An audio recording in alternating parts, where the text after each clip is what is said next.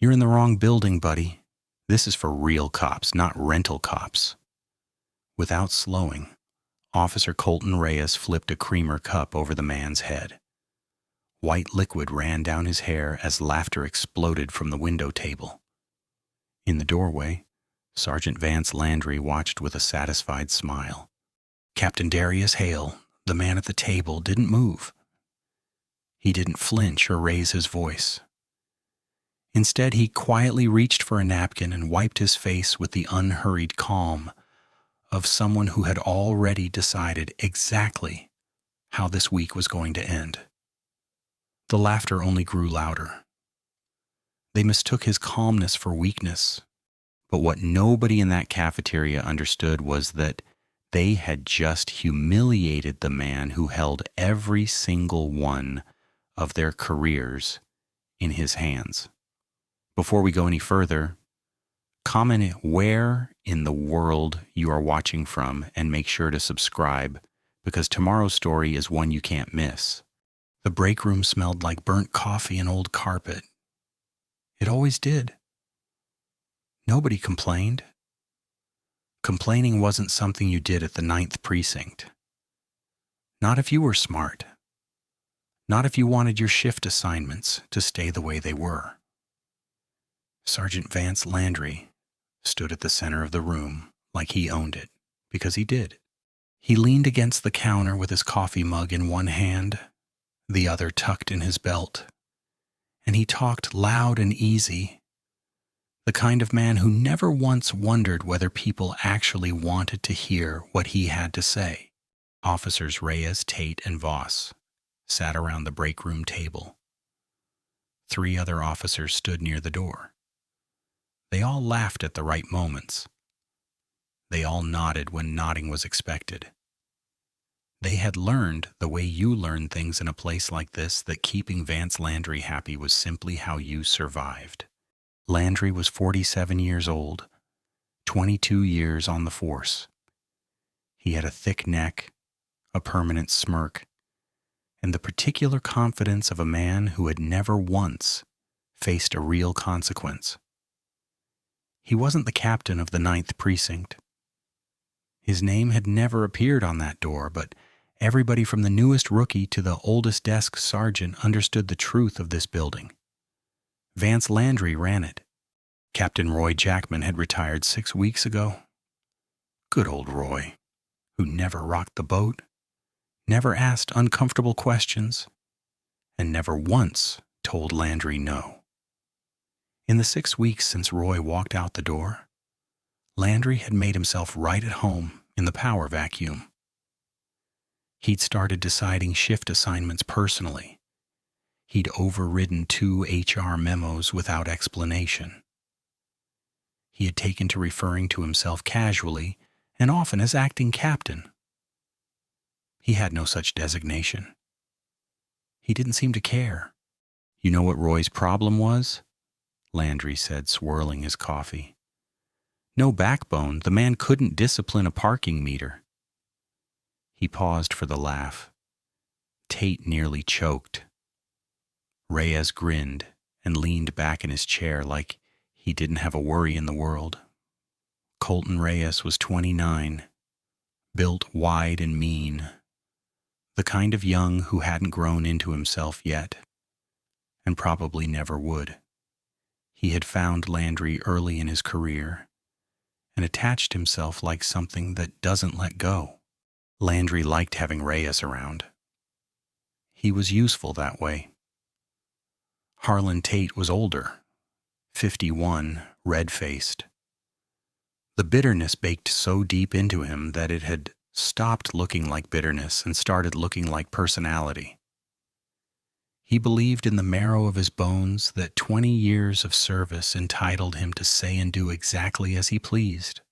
Lena Voss sat at the end of the table and laughed along quietly. She'd learned early that laughing along was the only way to avoid becoming the subject of the joke. "New captain starts today," said a duty officer, passing through the doorway, not stopping, not making eye contact. Landry didn't miss a beat. "Yeah." He waved a hand like he was shooing a fly. I know. He had done his homework on Darius Hale the same way he did his homework on all of them. Pulled the file, read it twice, looked for the weaknesses. State-level transfer, administrative background, no street experience, no precinct relationships, no history in Harrove City, diversity hire. Landry had decided plain and simple. He'd seen the type before. All paperwork and politics, no real authority, no idea how a precinct like this one actually functioned. They always came in wanting to change things. They always left tired and beaten, wondering what had hit them. The Ninth had eaten 3 captains in 8 years. Landry had helped with every single one. State-level desk job, he continued, his voice warm with amusement. Man hasn't worked a real shift in years. Probably doesn't even know how to fill out an incident report without his secretary doing it for him. The room laughed again. Tate leaned forward. How long you give him? Landry thought about it for exactly 1 second. 6 months. If he's tough, he smiled. He won't be tough. He raised his coffee mug toward the center of the room, a toast, slow and deliberate, the kind that said, "Nothing changes here. Not today, not ever." Reyes raised his own cup. Tate followed. Even Voss lifted hers just slightly. The fluorescent light above them buzzed faintly in the quiet. Somewhere behind them, through the building's side entrance, a door opened and closed with barely a sound. Nobody noticed. Nobody turned around. Darius Hale had been watching men like Vance Landry his entire career. He knew how they moved. He knew how they laughed. He knew the particular way they held a room, loud and loose, and completely sure of themselves. Right up until the moment everything fell apart.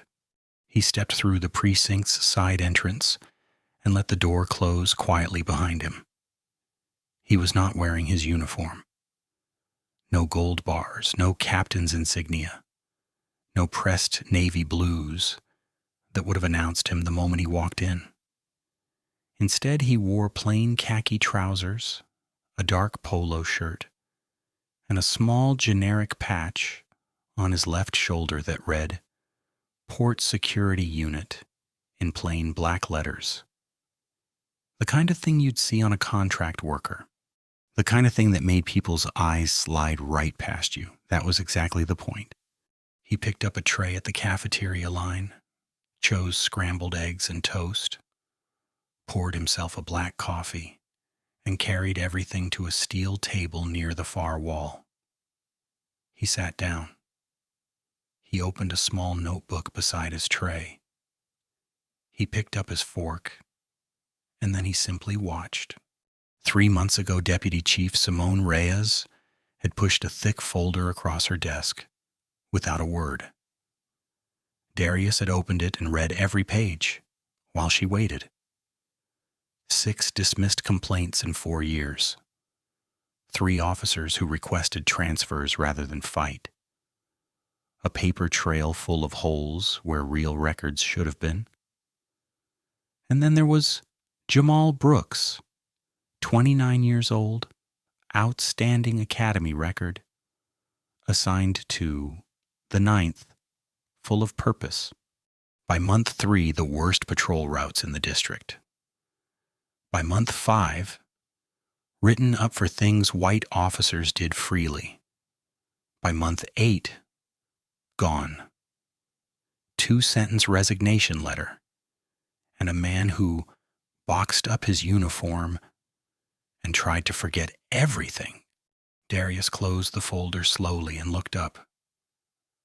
Reyes hadn't touched her coffee since he walked in. "Tell me about him," Darius said. "Not the file. Tell me what the file doesn't say." She looked at the window briefly, then back at him. Vance Landry is not stupid. That's the first thing you need to understand. He looks like a loud, small man, and that makes people underestimate him. They stop paying attention. That's exactly what he wants. She folded her hands on the desk. He has spent 22 years building a network inside that precinct. Officers who owe him favors, officers who are afraid of him, officers who have done things they don't want anyone examining too closely. He holds all of it right here. She pressed 2 fingers to her temple. What about outside the precinct? Gerald Voss, she said the name like a headache that wouldn't quit. City councilman chairs the police funding committee. Any formal action against Landry that makes noise at the city level gets complicated very fast. How complicated? 3 captains in 8 years is complicated. She held his gaze. He will not come at you directly. That's not how he works. He'll bury you in paperwork. He'll go to the union.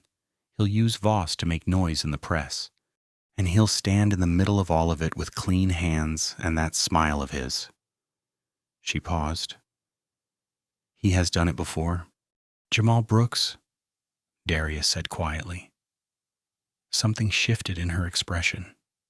Just slightly. Jamal Brooks had more potential than anyone we put through the Ninth in a decade. He's working at an auto parts store now. Won't return my calls. The room was very quiet. Darius looked at the folder one last time. Then he looked up. Give me 1 week. Now he sat in their cafeteria eating their eggs, taking the measure of everything around him. He was 54 years old, broad-shouldered, settled, with the particular stillness of a man who had long ago made peace with difficulty and stopped flinching at it. 28 years on the job, 4 of those years on a federal task force where impatience got people killed. He worked methodically. Badge numbers against faces memorized from personnel files. Who deferred to whom? Who sat alone? Who laughed too hard and who laughed too carefully? The loud table by the windows confirmed everything. The ringleaders, the followers, the one who laughed but wasn't really laughing. He wrote quietly in his notebook. Facts, times, names. Nothing dramatic. He took a sip of coffee. He was perfectly still in the way that very calm, very dangerous people are still. Not passive, not idle, but coiled, patient, waiting for exactly what he knew was coming. He was almost finished with his breakfast when the air in the room shifted. A chair scraped back from the window table.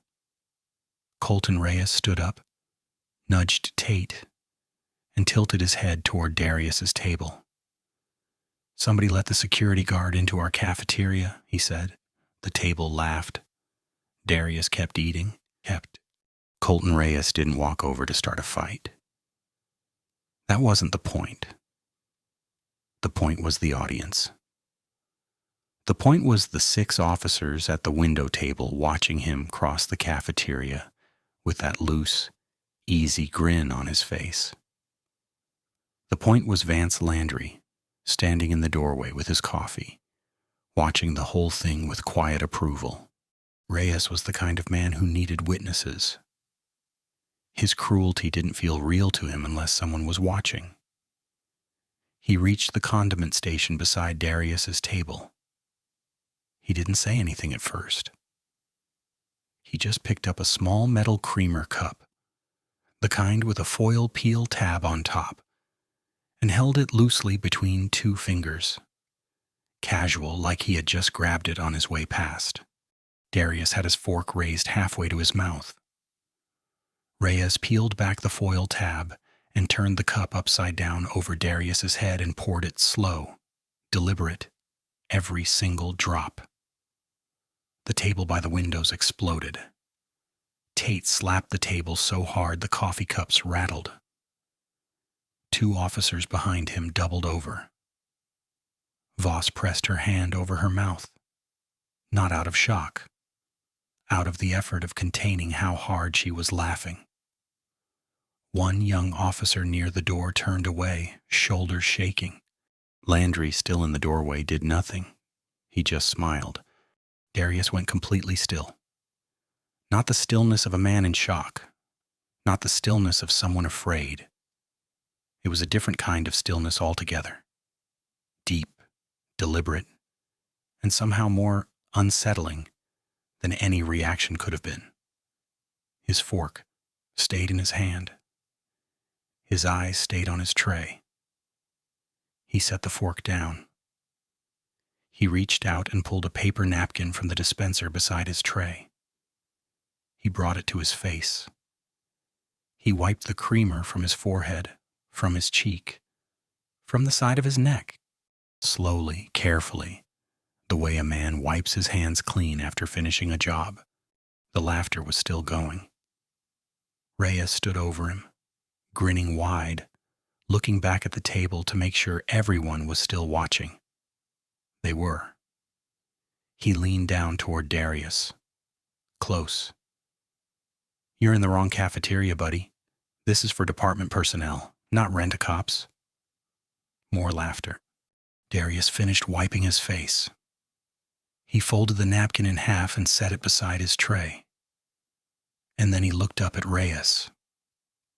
Not with anger, not with embarrassment, with something far quieter than either of those things. He looked at the badge on Reyes's chest, read the name printed on it, and then he looked directly into Reyes's eyes. "I know," he said. His voice was calm, almost gentle. "Enjoy your breakfast, Officer Reyes." The grin on Reyes's face flickered just for a second. Just the briefest hesitation, like a man who hears a sound he can't quite identify. He hadn't told this man his name. The patch on his chest said Reyes, but that wasn't something a security guard would normally read. Not like that. Not casually, not with that kind of ease, but the moment passed. The table was still laughing. Reyes straightened up, looked back at his audience, and spread his hands wide. "See? Nothing." He sauntered back toward the window table and dropped into his chair like a man who had just done something worth doing. Landry pushed off the door frame and disappeared back into the hallway, satisfied. The cafeteria noise filled back in around Darius like water closing over a stone. He sat for a moment, still quiet. His breakfast sat in front of him, cooling now. He didn't look around the room. He didn't track the laughter. He didn't watch Reyes settle back in among his friends and replay the moment for the ones who missed the best angle. He reached into the pocket of his polo shirt and pulled out his small notebook. He opened it to a fresh page. He wrote one name. Reyes. He looked at it for a moment. Then he capped his pen and slipped the notebook back into his pocket. Across the cafeteria, near the far windows on the opposite side of the room from the loud table, Officer Dawn Keller sat alone with a cup of coffee. She hadn't drunk. She had watched the whole thing without moving. She wasn't laughing. She wasn't looking away either. She was watching Darius with a focused, careful expression. The look of someone trying to solve a problem they don't yet have all the pieces to. Darius picked up his fork again. He felt her watching. He glanced up briefly and met her eyes across the room. Neither of them said a word. He looked back down at his breakfast and kept eating. The briefing room filled up the way it always did. Loud near the door, quieter toward the back. The window table crew, Reyes, Tate, Voss, claimed the same 3 seats they always claimed. Center left, close enough to the front to look engaged without actually being engaged, Coffee cups scraped against the long table. Someone's radio crackled and was turned down. The usual low current of side conversations ran around the room like water, finding its level. Nobody paid much attention to the man already standing at the front. He was in the same polo shirt from the cafeteria, the same plain khaki trousers, the port security unit patch on his left shoulder. He stood with both hands loose at his sides, not moving, not checking his phone, not doing anything in particular, just standing there in the quiet way that certain people stand, taking up exactly the space they need, and not 1 inch more. Reyes glanced at him and looked away. He leaned toward Tate. "Why is the security contractor in our briefing?" Tate shrugged without interest. "Probably hear about the parking lot cameras. Just ignore him." Reyes did. The room kept filling. A few officers threw a second glance at the man near the podium and arrived at the same easy conclusion. Maintenance, contractor, building services, someone from Fleet, and moved on. It was the polo shirt that did it. The absence of a real uniform. People see what they expect to see, and nobody at the Ninth Precinct expected anything that morning except the same thing they got every morning. Landry came through the door at 8:58 with 2 minutes to spare. He did a brief scan of the room the way he always did, checking attendance, checking posture, confirming the order of things, and his eyes moved across the man at the front without stopping. He set his coffee down. He pulled out the chair at the head of the table. He was just about to sit when the door opened again. The room changed immediately. Not because of a sound or a word. It changed the way a room changes when someone walks in who outranks everyone present. A quiet, involuntary shift, like a current running beneath the floor. Deputy Chief Simone Reyes walked to the front of the room in full dress uniform, shoulders back, eyes forward, and stood beside the man in the polo shirt. Landry's hand was still on the back of his chair. He didn't sit down. Deputy Chief Reyes did not look at him. She did not look at anyone in particular. She stood and waited, and the waiting itself was a kind of pressure, clean and steady and completely controlled. She had clearly done this before. She was clearly not in a hurry. The room reached full silence in about 10 seconds. Reyes's eyes moved to the man beside her. Back to Deputy Chief Reyes. Back to the man again. He found himself looking more carefully this time at the way he stood, at the particular quality of his stillness, at the fact that he was meeting nobody's gaze because he didn't need to, because he was completely, entirely unbothered by any of this. Something cold moved through Reyes's chest. He thought about the cafeteria, the creamer cup, the way the man had looked up at him. Not scared, not embarrassed, just steady. The way he had said, "Officer Reyes," like he had always known the name, like it was already filed somewhere inside him, already recorded. "Enjoy your breakfast, Officer Reyes." Reyes's jaw tightened. Tate leaned forward slightly in his seat, elbows on the table. Voss had both hands wrapped around her coffee cup and was staring at the surface of the table. Landry stood very still beside his chair. Deputy Chief Reyes let the silence run exactly as long as she wanted it to.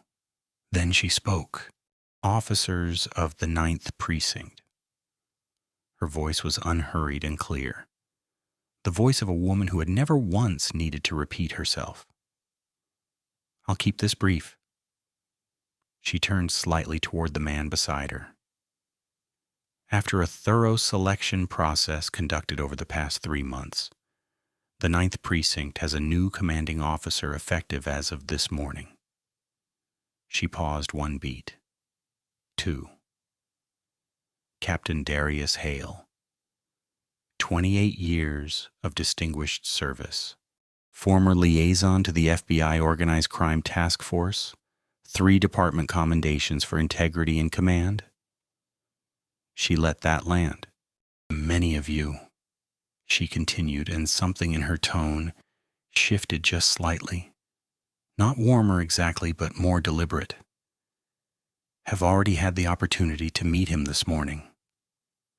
Her eyes moved briefly, almost imperceptibly, toward the window table group. The silence that followed was a different kind of silence than the one before. This one had weight. It pressed down on specific people, and pressed down hard. Reyes felt the blood leave his face. Tate's jaw went slack. Voss looked up from the table and then immediately looked back down. Landry said nothing, did nothing. His expression had stopped being an expression and had become something else. A careful, rigid blankness. The face of a man performing composure while the floor dropped out beneath him. Deputy Chief Reyes stepped to the side. I'll let him take it from here. Darius Hale walked to the podium. He moved without urgency. He set both hands on the edges of the stand and looked out over the room. He did not look like a man who had just been revealed. He looked like a man who had simply been waiting for the right moment to step forward, and the moment had arrived, exactly on schedule. He found Reyes first, held his gaze for 2 long seconds, then Tate, then Voss, then last and longest, Vance Landry. Nobody in the room made a sound. Good morning, Darius said. I've already had a chance to get acquainted with some of you. He let that sentence stand alone for just a moment. I look forward to getting to know all of you properly over the coming days. He didn't smile. He opened the folder in front of him and moved directly into the briefing. Shift assignments, patrol route updates, 2 pending case reviews. He was thorough and precise and completely at ease. He ran the entire briefing the way a man runs something he has run 100 times before, without hesitation, without notes, without a single moment of uncertainty. Nobody said a word that wasn't asked of them. When it was over, the room emptied fast. Officers moved with their eyes down, conversations barely above a murmur. The air had changed in the building. Everyone could feel it, though no one could have said exactly how to describe it. Landry's face throughout the entire briefing had been the color of chalk. In the back row, Dawn Keller let out a long, slow breath. It was the first full breath she had taken all morning.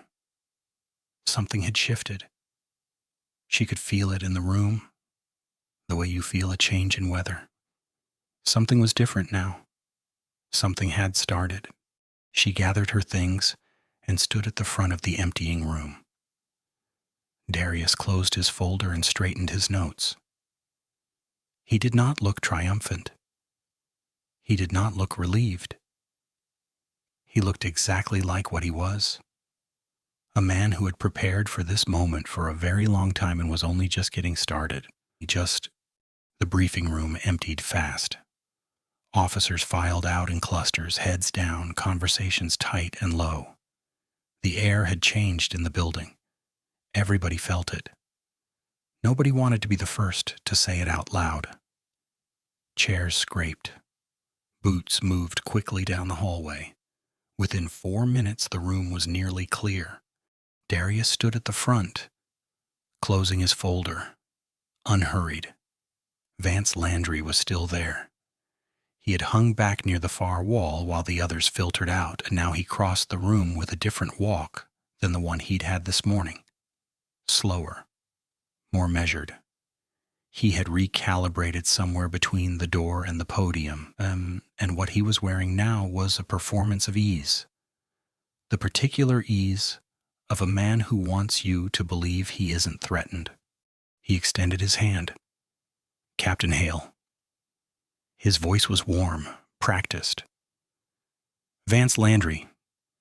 I've been keeping things running around here since Captain Jackman retired. I wanted to introduce myself properly. Darius looked at the hand, then he shook it. Sergeant Landry, he said, I know who you are. Something moved behind Landry's eyes. Brief and quickly buried. Good. Well, I just want you to know I'm here to help. 6 weeks running this place on my own. I've got a pretty solid handle on how things operate, the relationships, the rhythms. Every precinct's got its own way of doing things. And the Ninth is no different.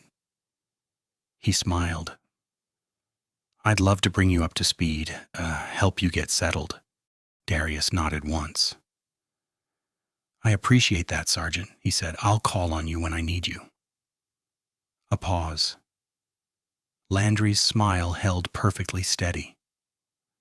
Of course. Doors always open. He left. Darius watched him go. Then he turned back to his folder and made a small, quiet note. 20 minutes later, Landry found Reyes near the equipment lockers. Relax, he said before Reyes could open his mouth.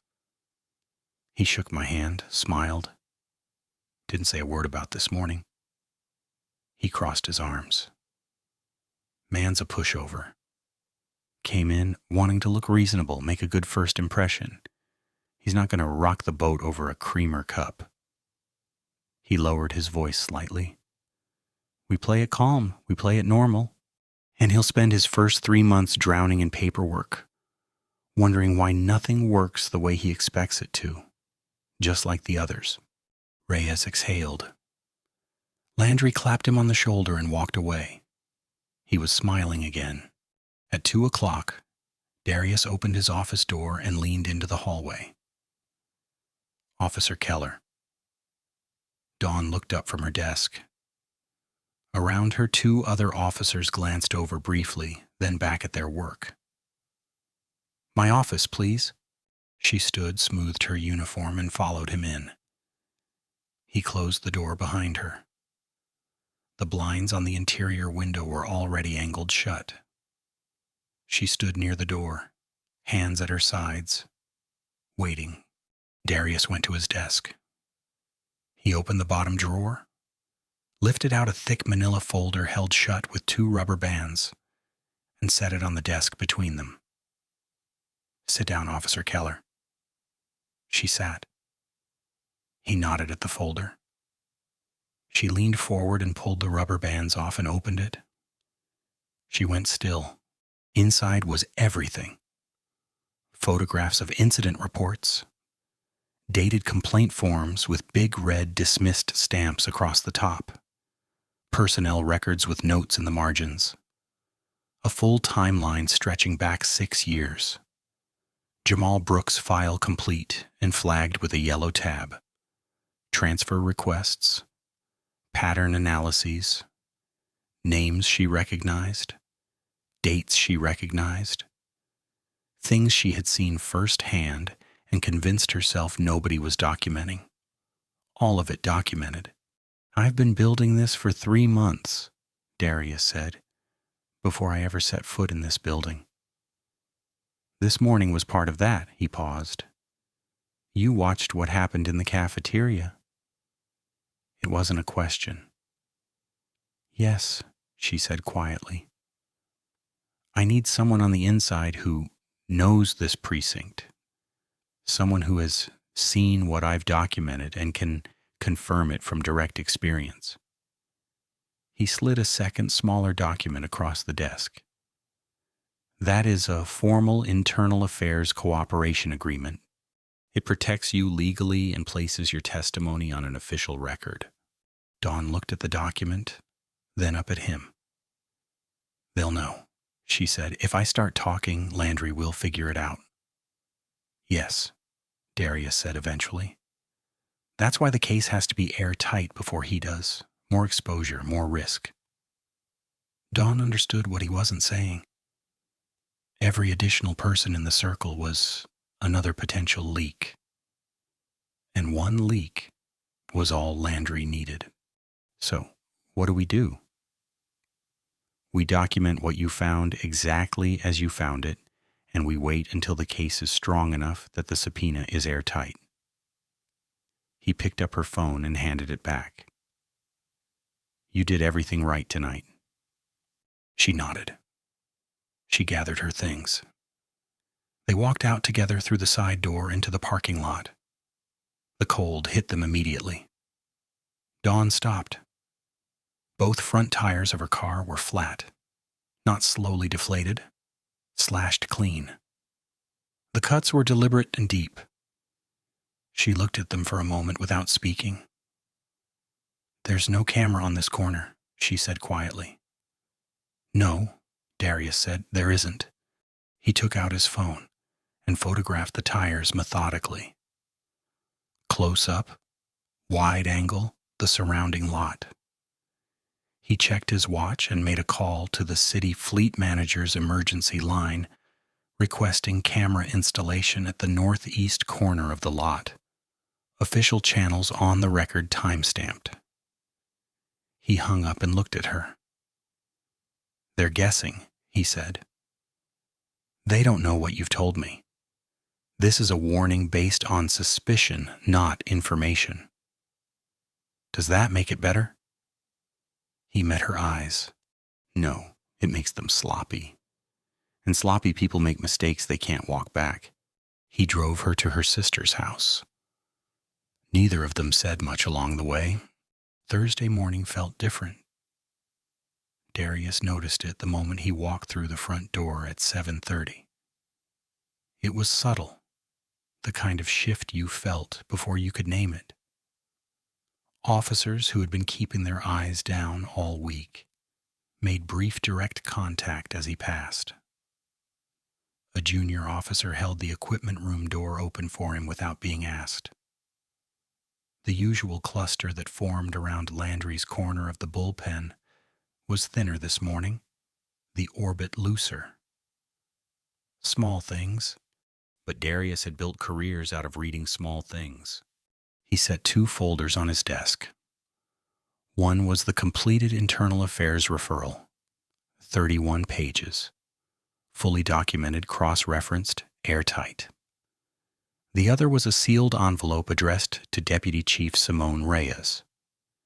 He placed them both in the center of his desk, squared them up, and went to run the briefing. Landry showed up for the briefing, but had nowhere to stand.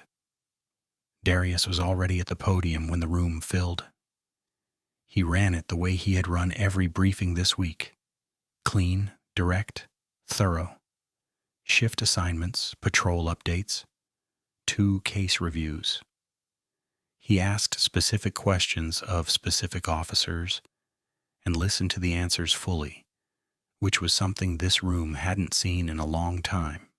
Landry sat in his usual chair and had nothing to do with any of it. He tried to interject twice, small things framed as helpful additions. Darius acknowledged both with a brief nod and continued without incorporating either. Not dismissively, not rudely, simply without yielding any ground.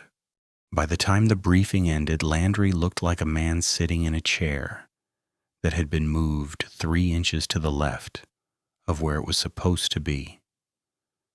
Nothing dramatic, just wrong enough to be felt. 3 officers stopped Darius in the hallway afterward, not together, separately, one after another. In the 20 minutes between the briefing and his first scheduled meeting, each one found a quiet moment, a stretch of empty corridor, and said some version of the same thing. The first was Officer Damon Hicks, 24 years old and 6 months on the force. He stopped Darius near the water fountain and spoke quickly, quietly, like a man who had been working up to this for days. He described a pattern of assignments deliberately designed to set him up to fail. Impossible quotas, inadequate backup, write-ups that appeared in his file without warning. He hadn't filed a complaint. He hadn't known if there was any point. The second was a woman named Officer Patty Marsh, 10 years on the force, the last 4 at the Ninth. She handed Darius a folded piece of paper. A copy of a complaint she had filed 2 years ago, personally routed to Landry. Never heard of again. She had kept her copy because something had told her to. The third said only 3 sentences, asked for nothing, and walked away. Darius added all of it to the file. Deputy Chief Reyes arrived at noon. She came without announcement through the back entrance in plain clothes, a gray coat, and a leather portfolio under her arm. Darius met her in his office and closed the door. He slid the referral across the desk. She read it the way she read everything, thoroughly, without expression, turning each page with the same controlled attention. It took her 22 minutes. Darius drank his coffee and waited. When she finished, she closed the folder and set it flat on the desk. She looked at him. "This is enough," she said. "I know. I can have formal suspension paperwork drawn up tonight. We move on Landry first thing tomorrow. Badge, sidearm, administrative hold pending full investigation. The harassment record goes to HR and the union simultaneously." She paused. "He won't see it coming." "No," Darius said. "He won't." She studied him for a moment. "How are you doing?" He considered the question. "Ask me Friday afternoon." She almost smiled. She gathered the referral into her portfolio and stood. "First thing tomorrow," she said. "First thing tomorrow," he confirmed. After she left, Darius sat alone in his office for a few minutes. The building moved around him. Phones, footsteps, the ordinary sounds of a working precinct. He opened his desk drawer and took out Jamal Brooks's file. He set it on the desk in front of him and looked at it. He thought about a 29-year-old man at an auto parts store who had stopped believing anything would happen. He let himself feel it just for a moment. The quiet, solid satisfaction of a thing nearly finished. Then he put the file away. He sealed the referral envelope. He locked it in the bottom drawer of his desk and turned the key. Outside the glass across the bullpen, Vance Landry stood motionless, watching the office door. Darius turned off his desk lamp and went back to work. Darius's phone rang at 9:47 p.m. He was still at his desk. The building was dark except for the lamp in his office and the blue glow of the overnight dispatch terminal down the hall. He had been reviewing Dawn's photographs of the USB drive one more time, thinking about timelines, thinking about warrants, thinking about how much longer he needed before the net was fully closed. He looked at the screen. Reyes. He picked up. "Darius." Her voice was different, clipped, controlled in the specific way of someone who had received very bad news and was managing it with both hands. "We have a problem." He set down his pen. "Tell me." She talked for 9 minutes. He listened without interrupting. He sat completely still in his chair, with one hand flat on the desk, and his eyes fixed on the middle distance, processing everything she said with the same careful attention he gave to everything. Not reacting, not catastrophizing, just taking it in. The structure of what had happened became clear quickly. Landry had moved first. Sometime between the morning briefing and noon, he had contacted Councilman Voss. Voss had spent the afternoon working his connections at the city level, calling in debts, applying pressure through channels that never appeared in any official record. By 6:45 p.m., the Deputy Commissioner's office had quietly signed a bureaucratic restructuring order. The Internal Affairs unit assigned to receive Darius's referral had been pulled and reassigned to a district reorganization project.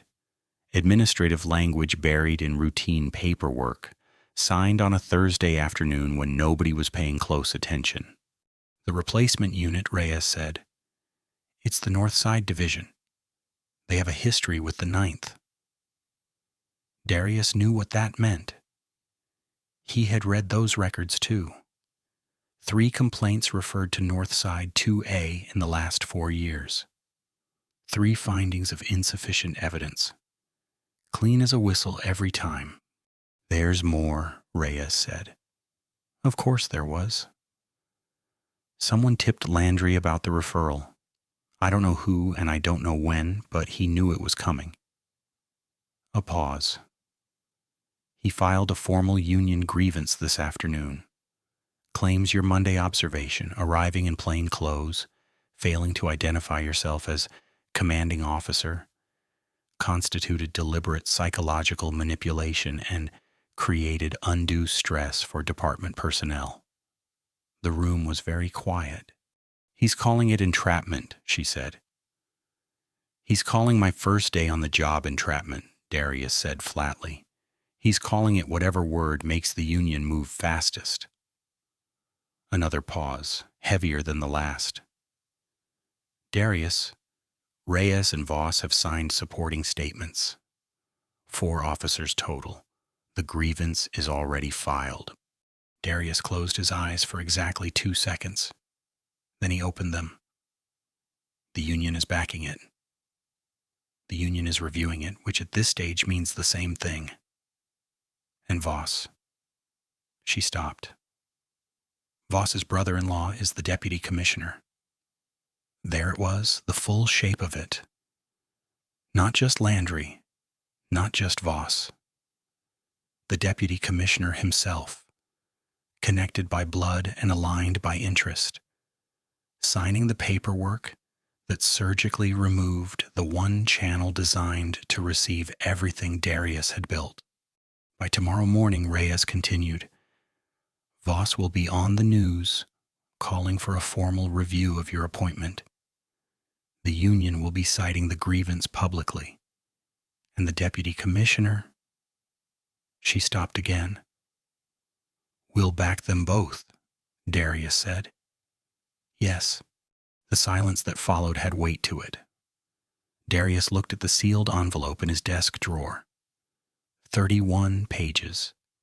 6 years of documented abuse. Every complaint. Every suppressed transfer. Every name. Every date. All of it real. All of it thorough. All of it completely useless. Without a legitimate channel to receive it. Landry hadn't beaten the evidence. He had beaten the system that was supposed to process it. Go home, Reyes said quietly. Get some rest. We'll figure this out tomorrow. Yes, Darius said. Good night, Simone. He hung up. He sat in the lamplight without moving for a long time. The building was silent around him. The referral envelope sat in the locked drawer 12 inches from his right hand. The same envelope he had sealed with such quiet satisfaction just hours ago, certain that tomorrow morning would be the beginning of the end. He had been right about that, just not in the way he had expected. He reached over and turned off the desk lamp. In the darkness of his office, in an empty building with a case that could not currently be filed, Darius Hale sat very still and thought. He thought for a long time. Then he picked up his phone and scrolled to a number he had not dialed yet. Jamal Brooks. His thumb hovered over the screen. He pressed call. Jamal Brooks picked up on the 4th ring. His voice was thick with sleep and something older than sleep, a weariness that had settled into him. The way things settle when they've been there long enough to stop feeling like a choice. Hello? Darius kept his voice quiet and steady. My name is Darius Hale. I'm the new captain at the Ninth Precinct. Silence. Not the silence of a man who had fallen back asleep. The silence of a man who had gone very still on the other end of the line. I've read your file, Darius continued. All of it. Every complaint, every write-up, every date. He paused. I know what they did to you in that building. The silence stretched another few seconds. Then Jamal Brooks said, I wondered when somebody would call. They talked for 2 hours. Darius sat at his kitchen table in the dark with a cup of coffee going cold beside him, and his notebook open in front of him. And he listened the way he had trained himself to listen over 28 years, completely without rushing, without filling the quiet spaces with his own voice. Jamal talked slowly at first, carefully. The way you talk about something that hurt you badly when you're not yet sure the person on the other end deserves the full truth of it. He talked about his first months at the Ninth, the commendations, the school letter, the genuine belief that he had found the place where he was supposed to be. Then he talked about what came after, the patrol reassignments, the write-ups that appeared in his file like ambushes, the complaint he filed in month 10 that vanished without a response, the transfer request that came back denied in 48 hours, the morning he sat in his car outside the precinct for 45 minutes and then drove home instead of going in. I kept journals, Jamal said. Darius looked up from his notebook. What kind of journals? Personal ones. Dated entries. Every incident, every conversation, every time something happened that I knew was wrong. A pause. I wrote them because I didn't know what else to do with it. I couldn't sleep. I'd come home and write it all down just to get it out of my head. His voice was flat and factual, the voice of a man describing something he had processed 1,000 times already. I never filed them.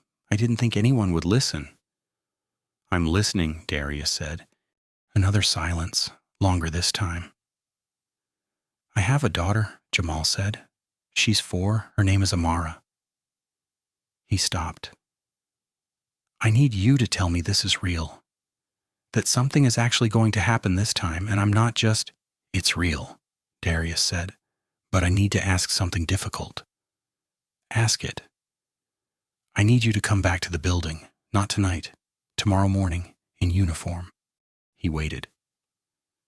I know what I'm asking. The silence on the other end was the longest yet. You want me to walk back in there? Jamal said quietly. Yes. In front of all of them. Yes. Darius heard him breathe once, slowly in and out. Tell me what you have, Jamal said. Darius told him. Not everything. Not the operational details, not the names he was still protecting. But enough. The dossier, the documented pattern, the 6 years of suppressed complaints, the scope of what was coming. When he finished, Jamal was quiet for a moment. Okay, he said finally. Okay, tell me what time. Darius hung up and sat with the phone in his hand. It was 2:47 a.m. He opened his contacts and scrolled to a name he had added 3 months ago and hoped he wouldn't need to use this soon. Harriet Colon, U.S. Department of Justice, Civil Rights Division. He had sent her the preliminary dossier as a precaution in December, when Reyes first approached him, and the full scope of what he was walking into had become clear. He hadn't been certain the case would reach federal territory. He was certain now. The moment Voss's brother-in-law signed that IA reassignment order, the case crossed a line, interfering with an active civil rights inquiry even through bureaucratic maneuvering, even with clean hands and administrative language, was a federal matter. He pressed call. She picked up on the second ring. She had been awake. "Darius," she said simply. "The IIA unit was pulled tonight," he said, "signed by the deputy commissioner, Voss's brother-in-law." A pause, brief and precise. "That's obstruction," she said. "Yes, of a federal civil rights inquiry."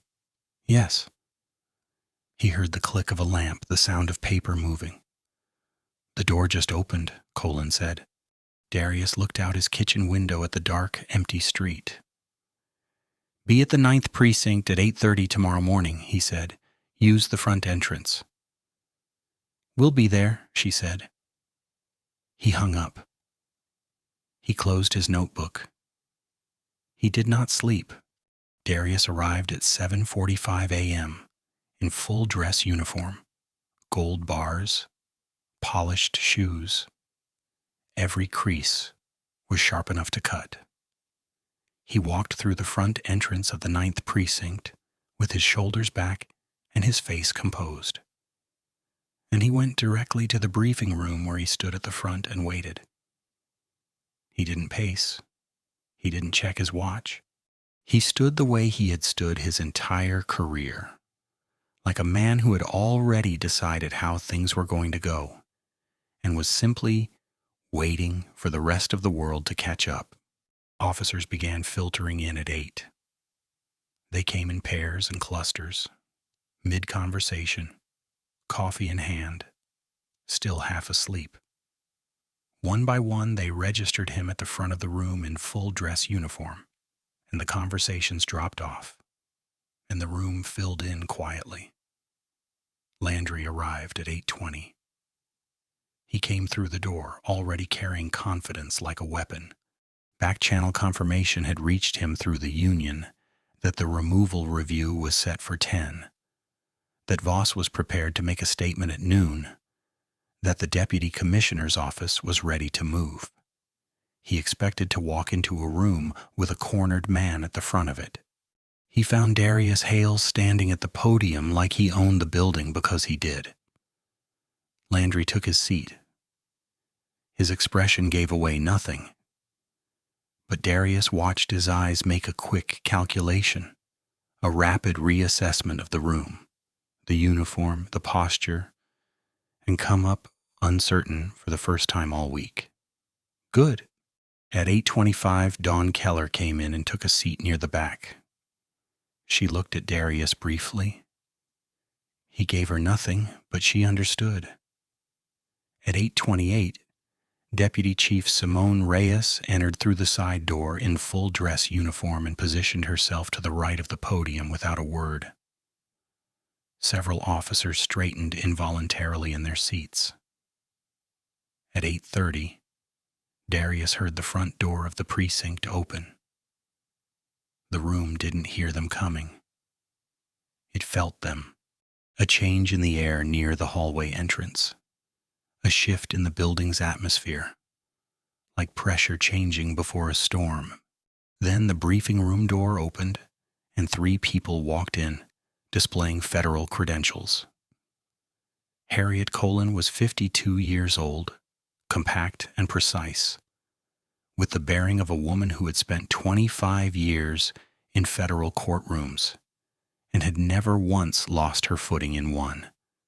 She wore a dark suit and carried a leather portfolio, and she walked to the side of the room without hurrying and without looking at anyone in particular, which somehow made everyone in the room look at her.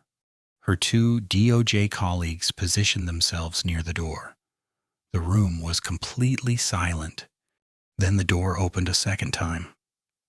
Jamal Brooks walked in.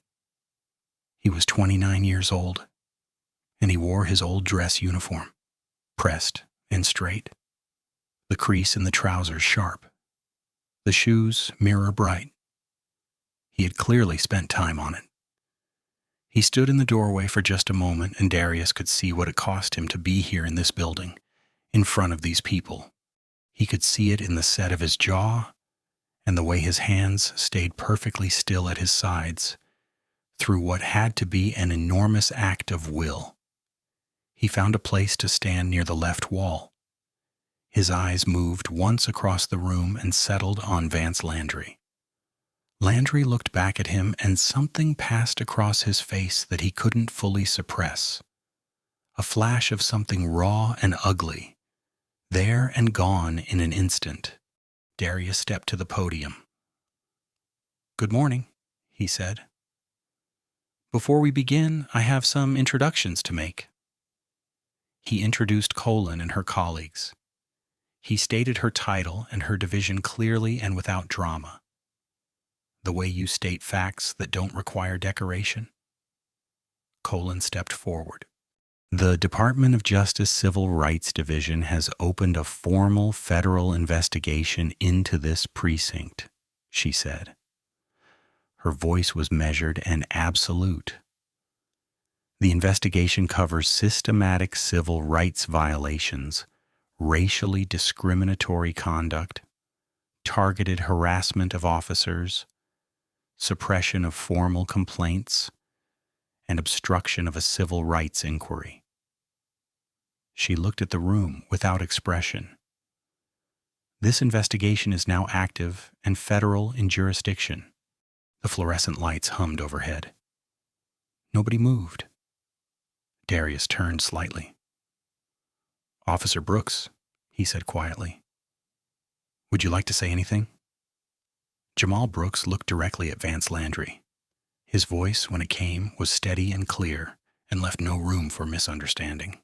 "I came back to make sure my daughter grows up in a city where this doesn't happen to the next one." The room was silent enough to hear the lights hum. Nobody spoke for a long moment after Jamal sat down. The silence was enormous. It pressed down on the room like a physical weight, filling every corner, settling over every officer like a judgment they couldn't escape. Men who had laughed in the cafeteria on Monday morning sat with their eyes fixed on the table in front of them. Men who had signed their names to Landry's grievance without a second thought stared at the wall like they were looking for a door that wasn't there. Nobody looked at Landry. Landry looked at nothing. Deputy Chief Reyes stepped forward. She held a single sheet of paper in her right hand.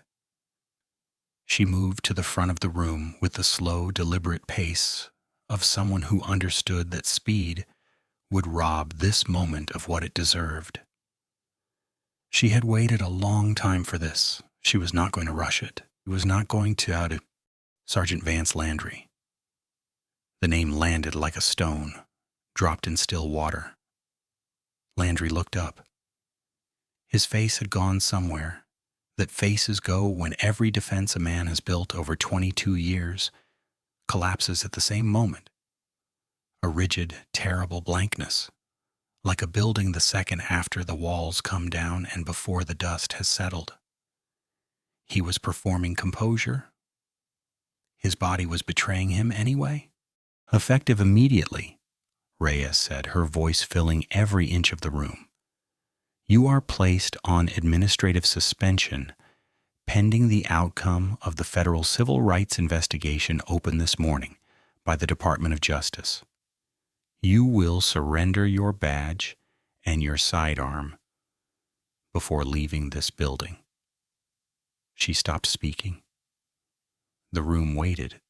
Landry stood. The movement was slow and stiff, like a man whose body had aged 10 years in the last 10 minutes. He straightened his jacket with both hands. A habit, muscle memory, something to do with his hands while the room watched. He reached to his belt and unclipped his badge and stood there for just a moment, holding it in his palm. 22 years. He set it on the table.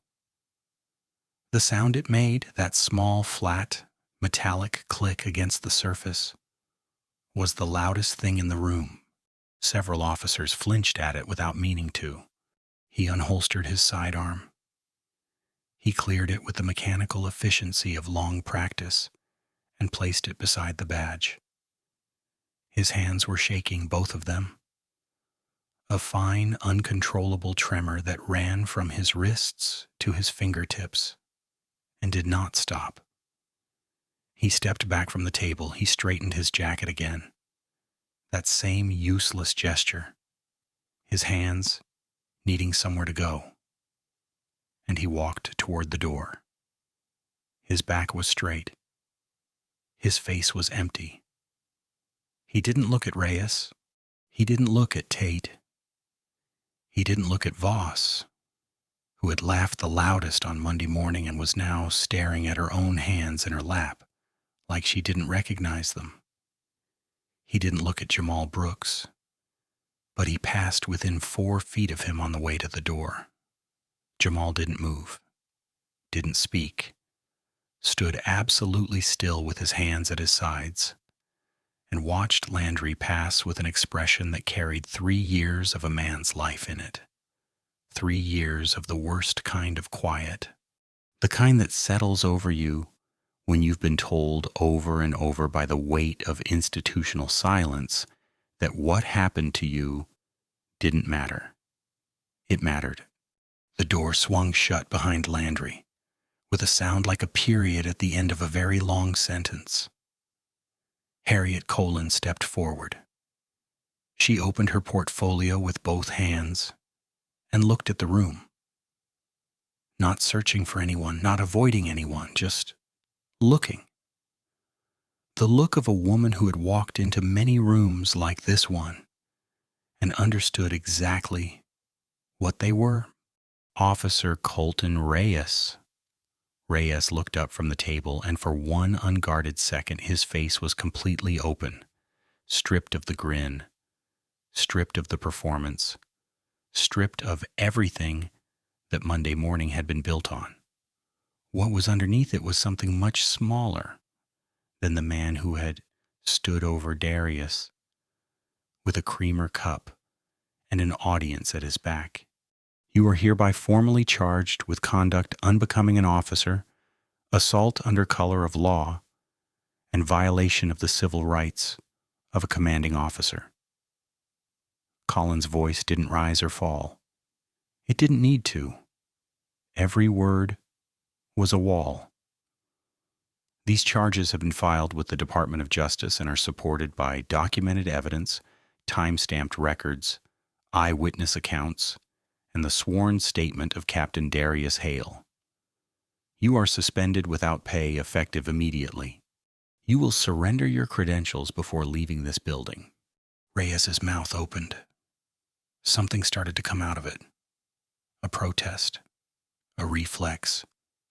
The last automatic reach for a world where he could still talk his way out of something. The look on Colin's face stopped it cold. He stood up. His fingers fumbled with the badge pin once, twice, 3 times before it came free. He set it on the table with a hand that couldn't quite hold steady. He didn't look at Darius. He looked at nothing. The same way Landry had looked at nothing. The same vacancy that descends on men when the thing they built their identity around is taken away in front of witnesses. He walked out. The door swung shut again. Tate and Voss came next. When Colin spoke their names, Tate's jaw worked like a man trying to chew through something too hard for his teeth. He was informed that his signed statement, the one he had put his name on without hesitation to help bury a captain who had done nothing wrong, had been flagged as potential evidence of coordinated retaliation against a commanding officer. Federal evidence now, in a federal case. His face collapsed through 3 expressions in 4 seconds. Voss said nothing. She sat with both hands flat on the table, pressing down like she needed to feel something solid, and she stared at a fixed point on the wall, and she did not cry, but it was close. She had laughed. She had sat at that table on Monday morning, and she had laughed. And she had known on some level, the way you always know, even when you choose not to, that it was wrong. Now the bill had come. The consequences reached City Hall before noon. Councilman Voss's attorney called at 10:43 with language that made Voss sit down mid-sentence. Federal obstruction. Not a city matter. Not something managed quietly through a funding committee over lunch. The IIA reassignment, the move Voss had been so proud of, so certain was clean, had been identified in the federal case file, and it was sitting in front of people who did not owe Gerald Voss anything at all. He canceled the press conference. He did not return calls for the rest of the day. By 11:15, the Deputy Commissioner's office released a 4-sentence public statement of full support for the DOJ investigation. His brother-in-law's name did not appear in it. The briefing room emptied slowly like water finding its way out. Junior officers filed past Darius with expressions he hadn't seen from them all week. Something open, something cautious, but real. A few made eye contact. One nodded. One, a young officer Darius recognized from his orientation meetings, stopped briefly beside Jamal Brooks on the way out and said quietly, "I'm glad you came back." Jamal looked at him for a moment. "Me too," he said. Dawn Keller was last. She stood in the doorway and looked back at the room, at the empty chairs, at the table that had held so many years of silence and complicity, at Darius, who stood at the front with his hands loose at his sides and his uniform straight, and his face carrying the particular expression of a man who has finished something that needed finishing. She looked at him for a long moment. Then she walked out into the hallway, and for the first time in 4 years at the Ninth Precinct, she didn't brace herself as she went. She just walked. The precinct was quieter than Darius had ever heard it. Not empty. The phone still rang. The dispatch radio still crackled. Officers still moved through the hallways with cases to work and shifts to complete. But the particular noise that had defined this building all week, the performative loudness, the laughter that was really something else wearing different clothes, was gone. The air itself felt different, cleaner somehow, like a window had been opened in a room that had been sealed for a very long time. Darius sat across from Reyes in his office with 2 cups of coffee between them and the afternoon light coming through the blinds in long flat lines across the floor. She told him about the reform package. Mandatory body cameras for all in-precinct interactions. Not just street patrol, but inside the building itself. A fully restructured complaints process that routed directly to an independent oversight board, bypassing the precinct chain of command entirely. A new community accountability panel with real authority and real teeth, and a formal implementation committee to build all of it from the ground up. "The city wants you to chair it," Reyes said. Darius looked at his coffee. "They want it done right," she continued. "And they know what right looks like now." He nodded slowly. She opened her portfolio and set a single page on the desk between them. He looked at it without picking it up. 5 officers who had filed transfer requests from this precinct withdrew them this week, she said. Voluntarily, no prompting. He read the names on the page, all 5 of them. He recognized everyone from orientation meetings, from hallway conversations, from the careful, frightened way they had moved through this building at the start of the week, including Dawn Keller. He sat with that for a moment. "That," he said quietly, "is the whole win right there." Reyes looked at him.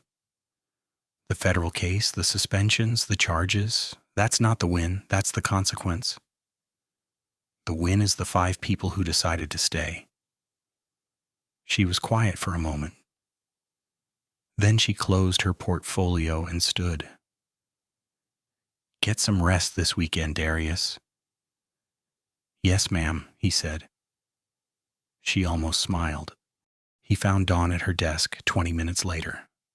The bullpen was half full, the afternoon shift settling in. He stopped beside her desk and waited until she looked up. My office, 2 minutes. She came in and he closed the door and remained standing. He didn't go behind the desk. He stood in the middle of the room and looked at her directly. What you did this week is formally noted in the federal record, he said. Your cooperation, your courage, and your judgment. All of it on record. She absorbed that with a short nod. There's something else, he said. He pulled a single sheet from his desk and held it out to her. I'm recommending you for the detective track. This is the formal application. She took it. She looked at it for a long moment. I want to be clear, Darius said. This is not a reward for what you did this week. I've watched you for 5 days. The way you think, the way you move through a situation, the way you read people. He paused. You should have been on this track 2 years ago. Dawn looked at the page. She pressed her lips together for a moment. My mother, she said finally, is going to lose her mind. Something moved across Darius's face that was almost, not quite, but almost a smile. Tell her she raised someone worth bragging about, he said. At 1:30 p.m., Darius carried a lunch tray from the cafeteria line and walked to the far end of the room. He sat down at the steel table near the far wall. The same table, the same seat, the tray in front of him, the notebook beside it, the coffee black and hot. Everything was exactly as it had been on Monday morning, except the creamer cups at the condiment station, and the sound of the room, and the weight of the air, and the fact that Vance Landry was not standing in the doorway, watching with a smile on his face. Darius set his fork down beside his tray and looked at the table for a moment. 5 days. He picked up his fork. The cafeteria door opened and Dawn Keller walked through with her own tray. She crossed the room without being asked, without ceremony, and sat down across from him. She didn't explain herself. She didn't need to. They sat in comfortable silence. Then the door opened again. Officer Damon Hicks stood in the entrance with his lunch tray, 24 years old and 6 months on the job, looking at Darius with the particular uncertainty of a young man who wasn't sure of the rules of a world that had just changed. He had not laughed on Monday morning. He had not signed his name to anything. He had sat in orientation and spoken carefully and honestly, and hoped in the quiet way that young people hope that someone was actually listening. Darius looked up. Plenty of room, Officer Hicks, he said. Hicks crossed the cafeteria and sat down. 2 more officers followed him through the door a moment later.